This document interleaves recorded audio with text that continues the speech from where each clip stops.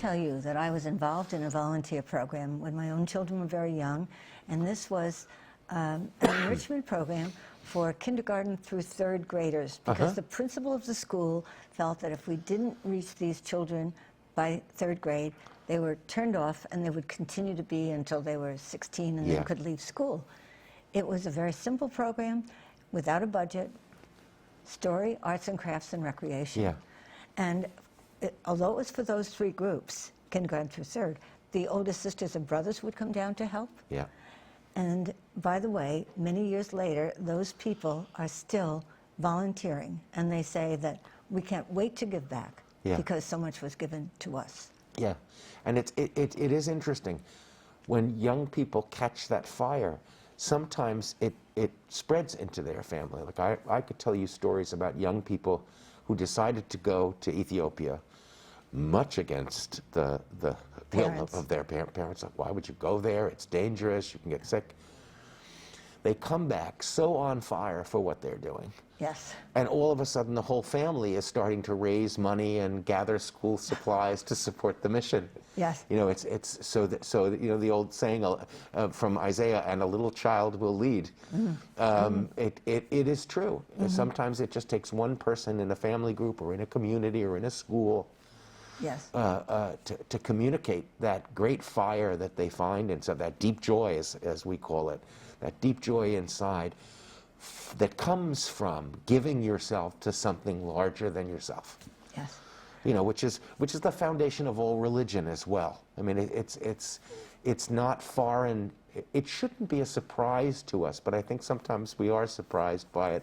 Sometimes religion becomes so dry, we forget that at the heart of that is that we actually believe there is something for Christians and Jews and Muslims, someone larger than ourselves who has a claim on our lives and is calling us to do something. And leads us to bring out the best in us. Yeah, and that somehow what it means to be human, deeply human, is about that, is about realizing that I don't exist alone. Right. And I won't find out who I am and what my purpose is by myself, that I have to put myself in a situation where I'm pulled and taxed and drawn, and it's in those kind of situations, usually in the world of marginalized populations, economically, spiritually, that I find out who I'm supposed to be.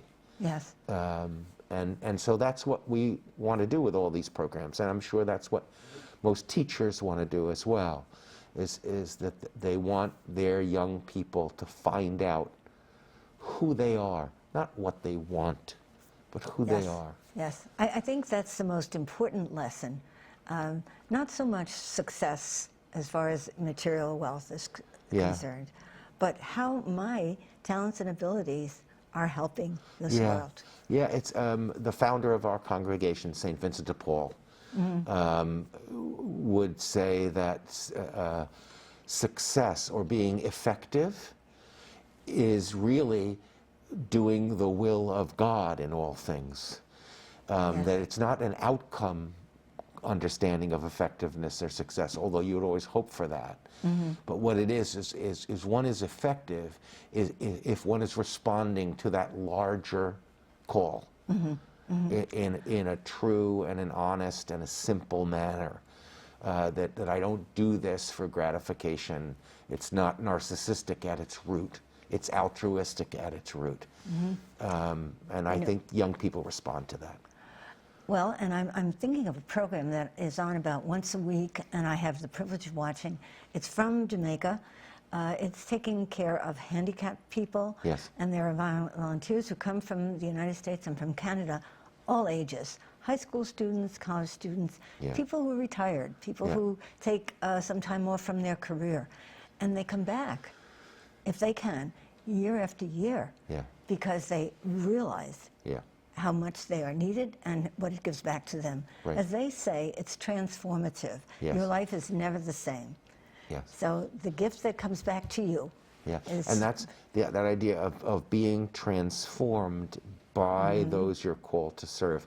I think there's there's two kind of models of this volunteerism, especially on the international scale.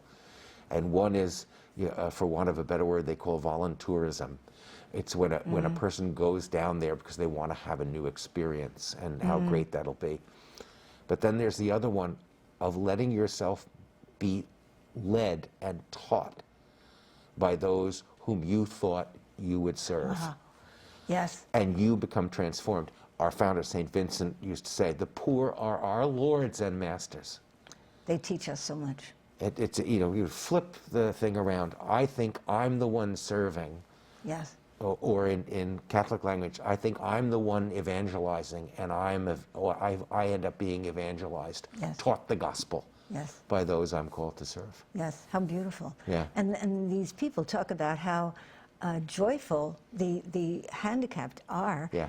and how they teach them Yes. how to be joyful. Right.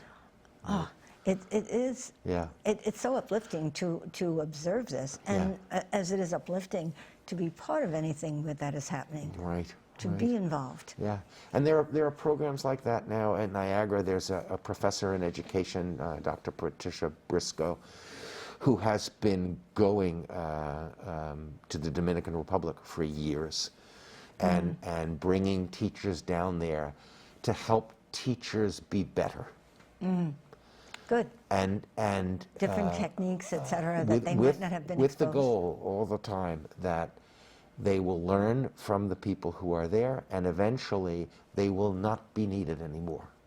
That there is to give all of the gift that they can to Yes. build capacity in the local area there, and turn that program. I think it's a brilliant program. It's very missionary in its sense. Why?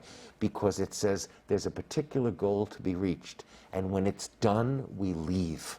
Yes. I'm very much in favor of that whole idea of power to, Yeah. empowering other people. Power over is just Right. So horrible, Right. and so limited for everyone. Yeah. And It's- it's regressive. You'll hear it. Sometimes it turns just on one word in a phrase. Think of these two phrases: to be a voice for the voiceless, or to give the voiceless a voice. What's the difference? around. What's the difference? And that's it. Kind of flips the paternalistic model on its ear Exactly. and say, who's leading this thing really? Yes. And I think that's the healthy way to do this.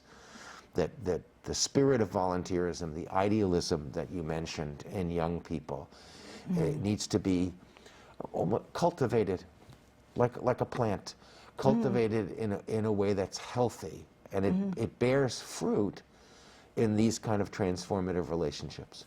And if they do that early in life, they will want to continue when they can Yes. at different times in their life.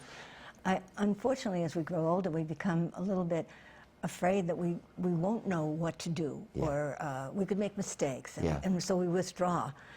But by the way, there's always opportunities. All of these, the agencies need help, Yep. and they will do on-the-job training, Right. etc. There's lots of opportunities Yeah, out there, always. And I think that's the piece I think that needs to be cultivated in all opportunities for volunteerism is this kind of reflective component about being aware of what's going on, being aware of the change that's happening within yourself, being self-critical and asking myself, am I maintaining my power because of some sense of inadequacy, or am I willing to empower? Beautiful. And Beautiful. that helps growth. I mean, I'm very fond of this kind of language. It eventually saves us, there's very religious language, from our own tendency to narcissism. I was going to say our own selfishness. Our own tendency to think of everything outside of myself as an object that will help me do something, instead of realizing these are not objects, these are persons. And there's a